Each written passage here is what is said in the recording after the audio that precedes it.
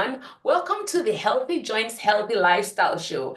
And today we have my dear friend and fellow rheumatologist, Dr. Isabelle Amigues. She is a fabulous rheumatologist. She does DPC. She has the #1 premier direct care rheumatology center in Colorado. And she and I have actually interviewed before. And for those who don't know me, my name is Dr. Arinola Dada, and I help people with autoimmune disease get their immune system back on track. So Dr. Isabelle Amigues and I were just catching up, and I was just talking about her TEDx talk, how she has 117,000 views on YouTube. I just sent a message so that we can have it on the links below. So if you haven't heard it, you need to hear it. So Dr. Amigues brings a special viewpoint to a lot of autoimmune conditions. If you haven't watched our previous video, go watch it, because that's how we kind of talked about kind of her personal experience and how it kind of brings a different flavor to how she really looks at rheumatologic and autoimmune diseases. Now, before I get too carried away, just blabbing about how amazing she is, I would like Dr. Amigues to introduce herself, and then we'll get to today's topic. Yeah, thank you so much, Dr. Dada. It's always a pleasure to see you, to be on your video and podcast, and just chat with you just in general. And I love what you do, and I love your personality. So it's such an honor to be back. Yeah. And so, yeah, me. So I cannot hide it. I'm French. I have my accent. I don't think it's ever going to go away. I used to think I did not have an accent until someone recorded me, and I was like, oh my goodness, I do have an accent. So anyway, so this accent is not going anywhere apparently, because in my head, I'm perfect American speaking. And I trained in France. I did medical school and residency and fellowship in Paris and Lyon. And I am in love with rheumatology. So when I moved to the US, I actually repeated, well, residency, because you have to, and the fellowship at Columbia University in rheumatology again, because I just love rheumatology so much. I went, and so we had talked about that. I think I went through my own health scare, well, now 6 years ago, so that's good.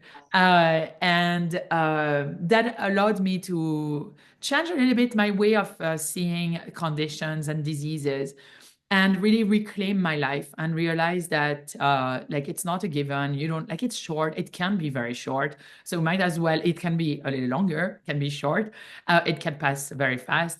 And so I got very interested in intentions, visualization, and it's really interesting because I'm a very evidence-based doctor. I've done a lot of research, and I think we're going to talk about this, the research that I've done at Columbia University in the inflammation of the heart and vessel of patients with rheumatoid arthritis. And we know that it affects also psoriatic arthritis and probably all inflammatory arthritis. So I was doing very heavy research based. But when I had to deal with my own health crisis, I actually relied a lot on top of Western medicine with Eastern medicine principles such as meditation, visualization, journaling, walking, surrounding myself with love, and so on. And I just discovered this powerful tool and changed the relationship I had with conditions. So instead of fighting them, we work with them, and we work to understand what's going on. And in a way, I think between the after post-COVID and my own health story and management, it just made sense for me to get out of the insurance system, because I just couldn't work in that system anymore, because I need more time with my patients to achieve remission with them. And so I just wanted to offer the best of me. Like, I have this life, so I want to offer the best of me when it comes that to is, I totally believe, agree, and fully support the additional. So I think what Dr. Amigues brings to the table is, just because of her own experience, that holistic approach is also added to kind of standard rheumatology care. So that really makes it an experience with her very unique. So today we're going to talk about something that Dr. Amigues is really an expert at. And so there was no way we were going to have this without having the opportunity to really talk about heart inflammation and rheumatoid arthritis. And I know to some people that sounds, what does one have to do with the other? A lot. Right? So rheumatoid arthritis is an autoimmune disease where the immune system attacks joints, but the heart can be involved and there can be inflammation in there. So Dr. Amigues, you're an expert at this. And can you explain a little bit how rheumatoid arthritis can affect the heart? What is meant by heart inflammation? Well, I can tell you what we found. So I think I love history of medicine. And so I think the history of everything that we do is so important. So we know from a very long time that patients with rheumatoid arthritis have more hypertension, heart failure, and heart issues in general, right? And diastolic heart failure. So they have a difficulty relaxing their heart. And so we know that. I think at first maybe we thought it was due to the prednisone because that is basically the only thing we had then. And now we have much more than just prednisone. And so because we know that, we started looking at, well, is there inflammation in the heart of those patients? Is inflammation the issue that causes heart failure, hypertension, and so on? And so, right, when you have an idea and a hypothesis in research, the thing is that you also have to have ways to prove it, right? And we probably didn't have much ways to prove inflammation that was not invasive, meaning like, yeah, you can do biopsies, you can do autopsies of patients who have died of heart failure and have rheumatoid arthritis, but that's very limited amount of patients. And so Because we're trying to keep patients alive. yeah, exactly, right. And so with the advancement of images, we have some really cool techniques that are allowing us to look at the inflammation of the vessel and inflammation of the heart. So you can look at it with MRI, you can look at it with PET scan. And Dr. John Baden and Giles, they both are very big in research in inflammation of the heart. So they came from Johns Hopkins, and then they moved to Columbia University, where I met them. And I love how they work, and I love how they were working. So I worked with them. And so what we looked at was the heart of patients with rheumatoid arthritis who did not have cardiovascular disease. So that's really important, because if you already have a cardiovascular disease, you could see some inflammation and you couldn't know where it's coming from. Yeah. So we looked at the heart of patients who had rheumatoid arthritis and that did not have any cardiovascular disease. And then we look at them, and at Johns Hopkins, they do an MRI. With us, we had done PET scan, and I actually love PET scan. So PET scan, for those who do not know, is a very sophisticated way of picking inflammation, because basically you're asking the patient to fast so that there is no glucose, so there is no sugar. Basically, we break down our metabolism needs sugar to function, right? So our heart and our brain are always going to use sugar. So it's the glucose. That's what I call it glucose. It's not, it's the nutrition of the brain and the heart. And so we ask patients to not eat anything that could potentially bring sugar from outside. And then at the time of the PET scan, we give this glucose that's marked, so that we will, with our image, like once we do a map, we can map wherever there is more activity, because the more glucose is picked up, that means that there's more activity. So in general, if you have a PET scan, your heart and your brain are always going to be picking up the glucose, because that's normal, right? But they're functioning, yeah. Exactly. But you can actually see the heart a little bit more. Like there are ways to look cardiac PET scan, and so you can see the walls of the heart, and you can, evaluate that the amount of inflammation and to see if this is normal, not normal. So that's what we did. And what we found was, I think, really cool, because very cool in the sense of like it can empower a patient, and it explains why it's so important to achieve remission. So what we found very fast is that there is inflammation in the heart of patients with rheumatoid arthritis without any symptom whatsoever.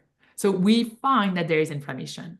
So even though our patients with rheumatoid arthritis are complaining of their joint, they actually have inflammation in their whole body. And we know that already because our inflammation markers are usually elevated because our patients are fatigued, and the fatigue is usually due to the high inflammation. So, but we didn't know for sure that the inflammation was in the heart. And so there was more than, I think it was 40%, close to 40%, that had inflammatory inflammation in the heart. So what we call subclinical, myo for muscle, card for heart, itis, inflammation. So myocarditis, subclinical myocarditis, because it didn't show, there was no symptoms of them having that, but we saw it on this PET scan and the MRI previously. Okay, Interesting. but here where it becomes more interesting is that the more patients had active disease, the more their inflammation was high. So there was a correlation between the inflammation of our patients on their PET scan with the active, like the disease activity that they had, which I think is phenomenal. And then the last piece, which is, I think, really cool also. You cannot see that I'm excited about this study, right? But I did a lot, but Not at it's all. probably my favorite study. We looked at, so I can't remember, it was like in the tens, it was a pilot study. We looked at patients who were naive. So we did, there was this one that's transactional, you look at it one time. But then we look at some patients that got in basically randomized into either triple therapy with plaquenil, methotrexate, and sulfasalazine, or a TNF inhibitor.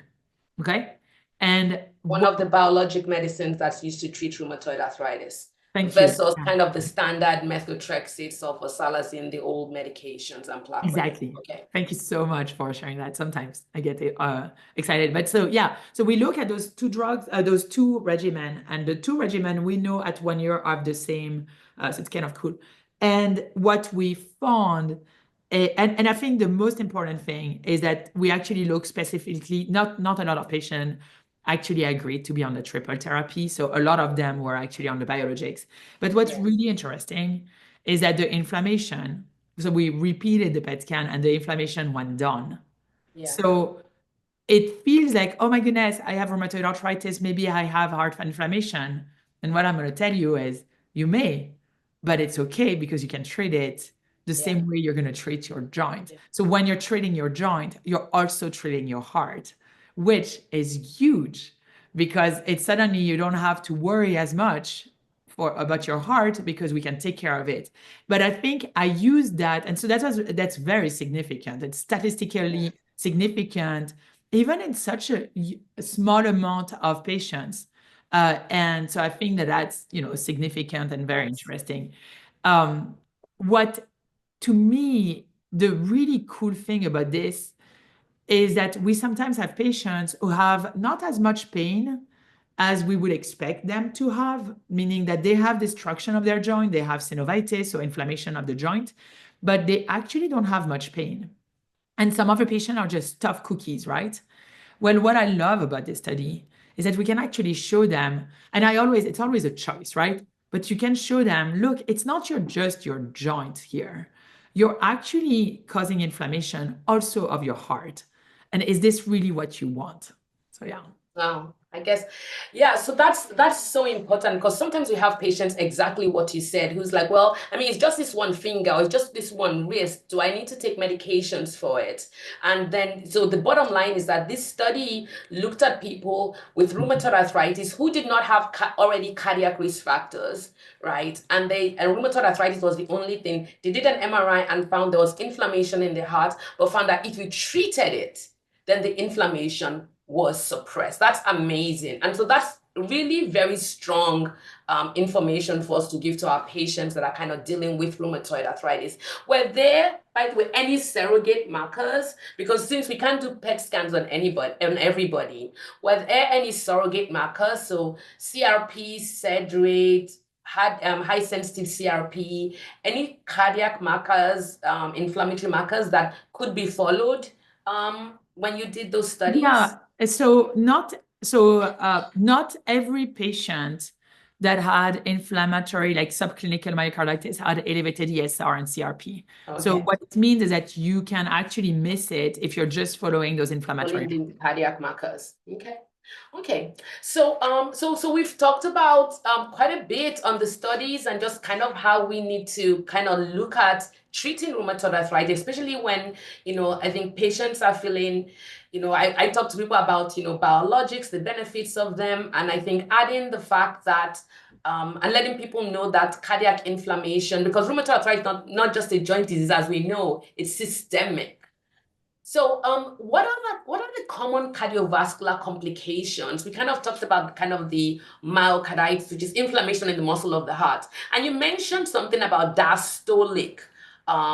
Yeah. diastolic heart Yeah. failure, and I wanted That's you to kind of explain a little bit yeah. what that is to people. Yeah. So heart failure can either be, oh, cool. You see, my that one, my son was here 5 seconds ago, and I was like, ah, That's you. But yeah. So heart failure can either be the left side or the right side, pretty much. Or heart failure can be the pump doesn't work. It doesn't have enough energy to pump, or you need the relaxation phase, right? So those two phases, the pushing phase is just as important as the relaxation phase, because it's in the relaxation phase you're getting the blood, right? So Yeah, if you pump but you don't have like enough blood, it's still, you're right. Like, so you need both phase. And diastolic dysfunction is that it's that second that relaxation phase. And would you usually, call it like the stiffness, the heart exactly. stiffness, because you can't open up enough to fill with blood? That's exactly The heart that. And stiff. so there is stiffness of the heart. And usually, so we think it comes from the stiffness of the vessel. And it's interesting. We actually did a study. It's funny, I'm not like, it wasn't as excited to me, like, but it's pretty much the same.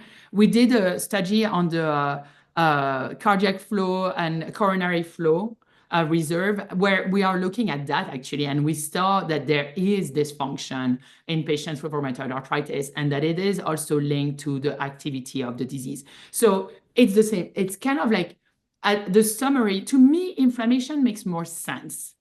The diastolic dysfunction is just as important, and can cause flash edema, so where you're going to be like short of breath suddenly. Yeah. And it's really a problem. Mhm. And so we want to not have the vessel as stiff. And so what we think is that the vessel in our patients with RA that are not well controlled, it's this inflammation, this ongoing inflammation causes this stiffness, right? And so we try to decrease that by treating. And so I think here, the thing that for me as a rheumatologist that's so clinical is two things, right? One, treat to target, and the target should be remission. Like, I really, really think that we should aim for remission nowadays, because we have so many options for RA. Yes, So there's no definitely. reason to be in pain. Like, being okay is Yes. not okay, as one of my patients says. And the second is treat as fast as possible. And I know some patients sometimes want to treat it with just a change of diet or things like that. And I'm totally on board with that. And the way I see it personally is get in remission as soon as possible, then back off, because we can always Yes. back off. Yes. But Yeah. if you have damage of your heart, of your vessel, of your joint, you're not backing off anymore. Like, then we are needing more and more and more and more. And that's to me, that's another reason to achieve remission as fast as possible. And so it sounds like it's the other way around. I think sometimes people say, hey, I'd like to kind of go the natural way, just change my diet, work on that first, and then if that fails, then I'm going to come back. But it sounds like, especially if they understand that, hey, you may have some cardiac involvement, let's get that inflammation under control, aka remission, and then start to back off and see where we're at. Sounds like, I there's the fire. Let's put out the fire and get you some Yes. sprinklers. To me, that's exactly it. It's like, well, you don't put up a fire with a pipette, like with a sprinkler, right? Like, I mean, yeah, I guess you can for a sprinkler, but if you You're a put up real a fire, scientist. You want to put it out with the pipette. So you're a real scientist. right? Yeah. But like it's exactly this. Like you don't take a little glass of water to put up a fire, you take the big hose.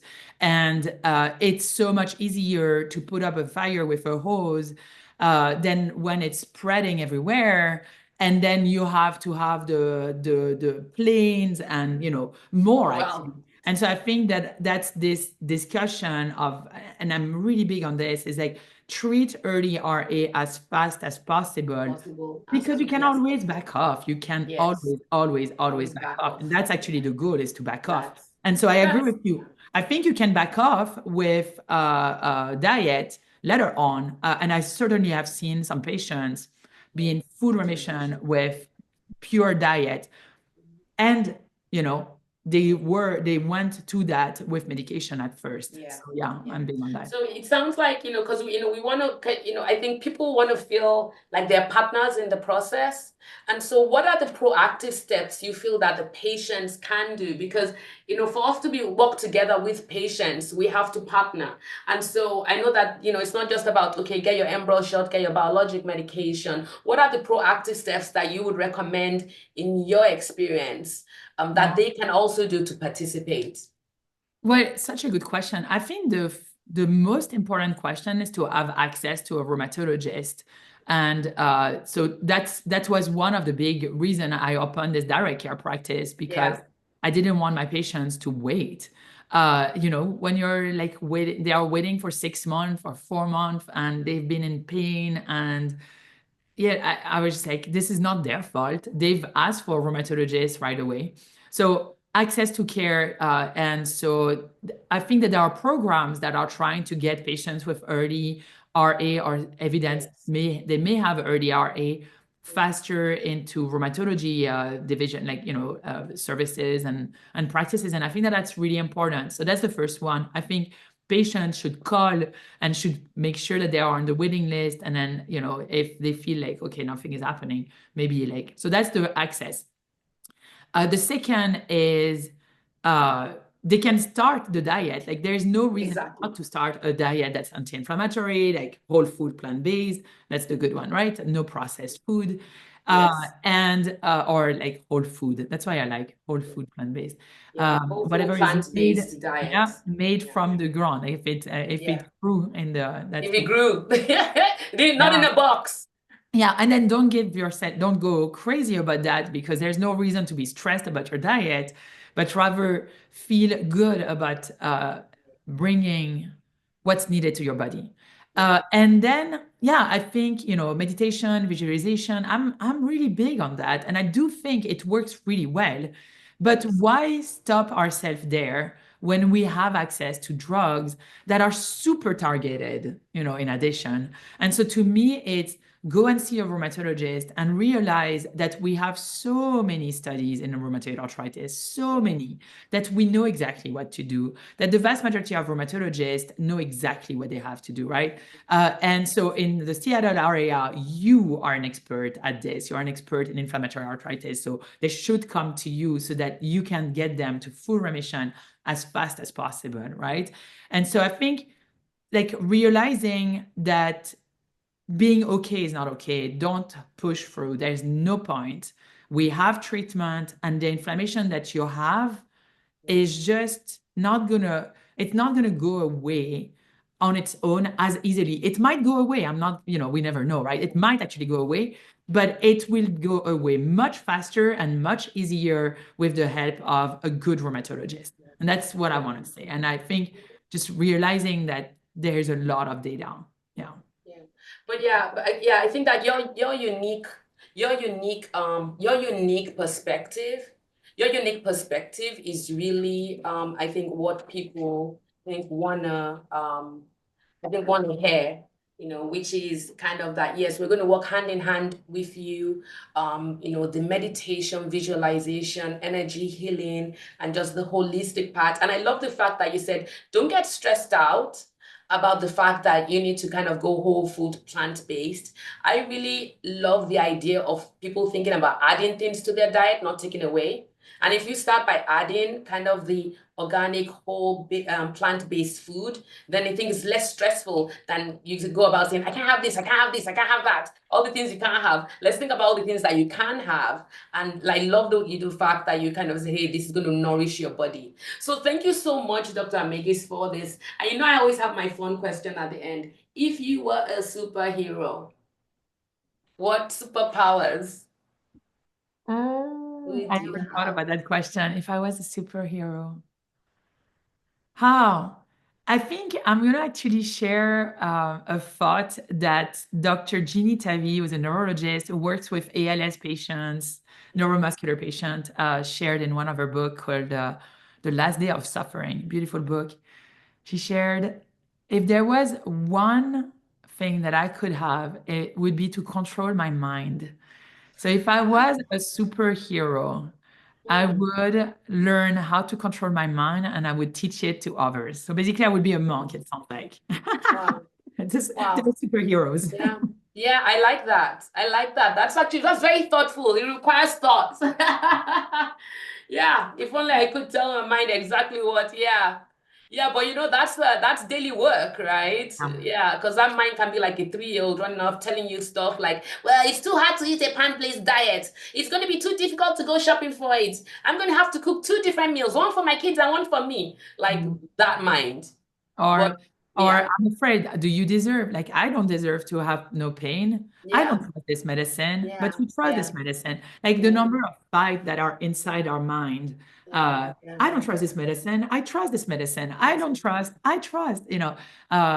Do I deserve this? I don't. No, no, no, no, no, no. Like Yeah, there is a control the lot, and mind. we have to learn Yeah, how to quiet it, because quiet, quiet the yeah, noise, quiet the chatter. chatter. Yeah. But it's nice. Fantastic. Well, thank you so much, Dr. Amigues. It's always wonderful to have you on the show. We're going to put in your social media handles, YouTube channel, Instagram. Your Facebook is Unabridged MD, and your podcast is also Unabridged MD. So everything is Unabridged MD. So you put Except Unabridged one MD, thing. you're going to find everything about Yeah. Dr. Amigues. There's one. I do lives on Tuesday morning Okay. and at 11 Mountain Time. So that's what, 1 p.m. Eastern Time. So I don't know what Okay. that is. Okay. And they Okay. are topics in rheumatology. And it's 10 minutes, just lives Love every it. every week. Love Yeah. it. Love it. I Rheumatology love the work you 101. do. I'm so proud of you. So happy to be your friend. Thank Thank you you. so Me much for too. taking time this morning. Take good care. We'll talk soon. Bye. Thank you. Oh, and please, everybody listening, share this video, like it, send it to anybody that you love that has rheumatoid arthritis, so that they can live their best lives. Take good care, everybody.